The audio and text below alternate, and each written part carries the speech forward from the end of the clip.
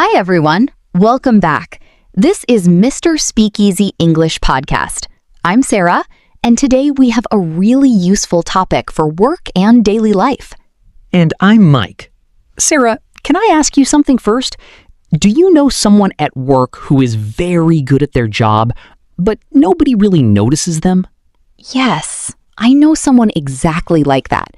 Good work, always on time, but very quiet in every meeting. It's strange, right? It really is. A lot of English learners feel this way too. They know their job well, they have good ideas, but in meetings, they just don't speak much. I think it's because their English feels difficult in that moment, even when their ideas are actually good. Exactly. So if you have good ideas but feel quiet in meetings, this episode is for you. Today we're talking about how to speak better at work. Not perfect English, just clear and simple English for meetings, teamwork, and everyday situations. We'll take simple sentences that many learners already use and we'll make them a little stronger and more natural. If this video helps you, please like it and subscribe to Mr. Speakeasy English. Now, let's start. Okay, Sarah, why do you think good workers sometimes feel invisible at work? I think many people believe my work will speak for itself. They think if they just do good work, people will automatically notice. But that's not always true, right? No, it's not. People are busy, and they don't always notice everything. Sometimes you need to say what you're doing, not just do it quietly. So the simple sentence here is, I do my work. That's true, but it's very small and basic. Exactly. A better, stronger sentence is, I want to be more proactive and share my ideas. This word proactive is really important. What does proactive actually mean? It means you don't wait for someone to tell you everything. You notice a problem early and you help before it becomes bigger.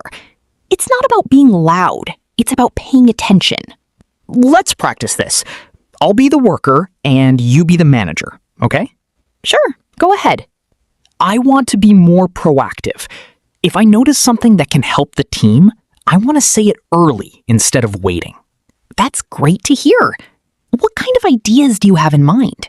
Well, I noticed we only talk about problems at the end of the week. Maybe we could have a short check-in in the middle of the week too? That's a really helpful idea, and it doesn't sound pushy at all. That's exactly what being proactive means. You see something and you offer to help. Now, here's another common problem. Some people think, okay, I'll talk more in meetings, but then they talk too much and their main idea gets lost. Yes, that happens a lot. So speaking better at work isn't about talking more. It's about being clear and organized. The simple sentence is, I want to say my idea. What's a better version? A stronger sentence is, I want to articulate my idea clearly. The word articulate sounds big, but the meaning is actually simple. What does it mean exactly? It means to say your idea in a clear, organized way, so people can understand you easily. And good news, you don't need perfect grammar for this. Really? Even with small mistakes? Yes, you can make small mistakes and still be completely articulate, as long as your main idea is clear. Many learners wait for perfect English before speaking, but that means staying quiet for a very long time. Let's practice. Imagine you have an idea in a meeting, but you need 1 second to think first. Okay, I want to articulate this clearly. I think the problem isn't the deadline, it's the number of approval steps before it. Interesting. So the delay is coming from the approval process? Exactly. If we remove one step, we could probably finish on time. See? One clear sentence was enough. I didn't need a long speech. Now, let's talk about a scary moment for learners. When someone explains something and you simply don't understand.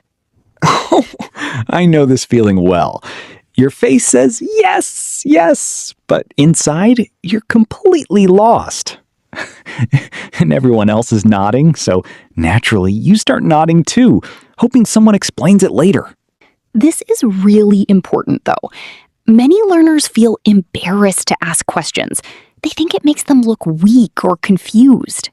But actually, asking a clear question usually makes you look smart and focused, not weak. The simple sentence here is, I don't understand. It's honest, but a bit too direct for a meeting. A softer, more professional version is, could you clarify that for me? The word clarify means to make something clearer. So instead of saying, I'm lost, you're saying, can you explain this part again?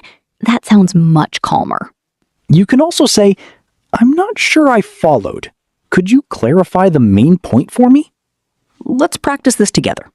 Okay, I'll explain something with big office words and you ask for clarification. Go ahead. We need to update the internal plan before we talk to the client about the new schedule.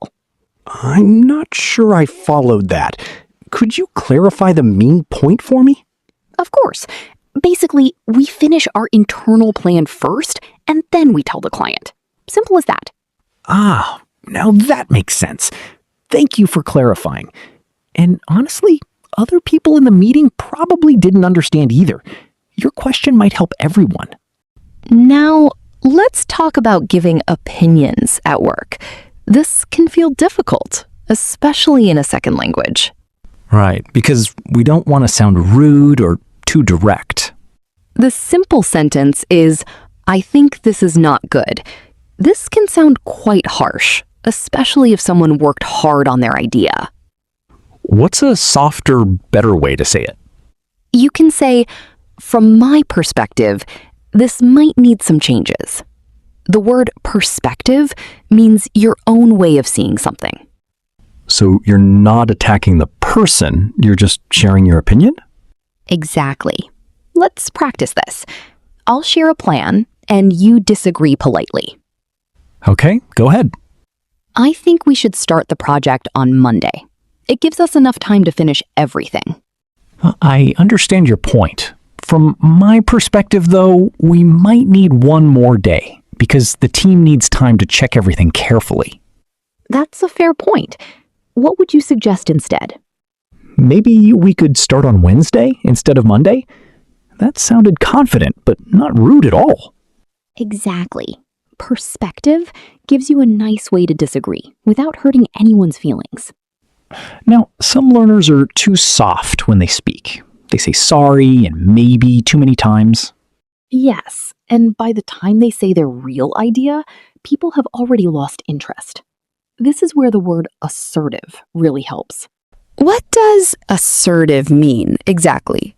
It means being confident and clear, but still polite and respectful. It's different from being rude and different from being too soft. Can you show me 3 different ways to disagree? Rude, too soft, and assertive? Sure. Rude version. No, that's a bad idea. We're not doing that. Too soft version. Maybe, I don't know, maybe we could think about something else. Sorry? And the assertive version? I see your point, but I have a different perspective. That one is clear, respectful, and confident, all at the same time. Let's go back to proactive for a moment, because there's another useful side to it. Being proactive when there's an actual problem. Yes, sometimes everyone sees a problem in the office, but nobody wants to be the first person to talk about it. What's the difference between tell me what to do and being proactive? Tell me what to do puts all the thinking on your manager. But saying, I'll take a proactive approach and prepare some options shows you're already thinking of solutions. Let's practice. Imagine the deadline is Friday, but the team might not finish in time. Okay, I noticed we might not finish by Friday. I'll take a proactive approach and prepare 2 options, sending a shorter version on Friday or the full report on Monday. That's really helpful. You're not just reporting the problem, you're already helping to solve it. Our last topic today is giving feedback, which can also feel a little scary. Yes, feedback should help people improve, but if we say it badly, people can feel hurt or defensive. The simple sentence is, "This is wrong." It's very direct, and it can feel quite harsh, even if that's not your intention. What's a better, kinder way to say it? You can say, "Can I offer some constructive feedback?" The word constructive means helpful and focused on making something better. So it's about building something up, not breaking it down? Exactly right. Let's practice. I'll give you feedback on an imaginary report. Okay, please be nice to my imaginary work. I really like your report. Can I offer some constructive feedback on the first part? Of course, go ahead. Maybe you could put the main idea at the very beginning. That way people understand your message faster. That makes total sense. Thank you for the helpful suggestion. So today we learned something really important. Speaking better at work isn't about having perfect English. It's about using clear, simple, and confident sentences that people can easily understand. If you're proactive, articulate your ideas clearly, ask for clarification when needed, share your perspective, stay assertive, and give constructive feedback, people will really hear your true value. Your English doesn't need to be perfect at all. It just needs to be clear and honest. Now let's review today's 6 important words together in our word tour. Our first word is proactive. It means you take action early, before someone even asks you to. Example, I want to be more proactive at work. You can also say, she is a very proactive person. Next word, articulate. It means to say your idea clearly and in an organized way. Example, I want to articulate my idea clearly. You can also say, he is very articulate in meetings. Next word, clarify. It means to make something clearer for someone.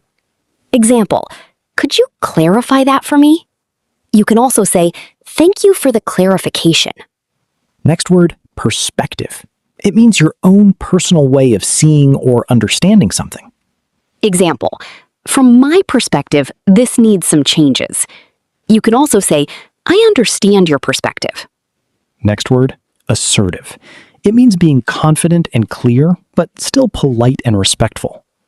Example, I want to be more assertive. You can also say, she is assertive but very respectful. Our final word is constructive. It means helpful and focused on making something better. Example, can I offer some constructive feedback? You can also say, I have a constructive suggestion for you. So today's 6 words were proactive, articulate, clarify, perspective, assertive, and constructive. If this episode helped you, please like the video and subscribe to Mr. Speak Easy English. Write one sentence in the comments using today's new words. Keep it simple. Practice is more important than perfection. Take care of your English and take care of your confidence. This is Sarah. This is Mike, and you've been listening to Mr. Speak Easy English. Bye.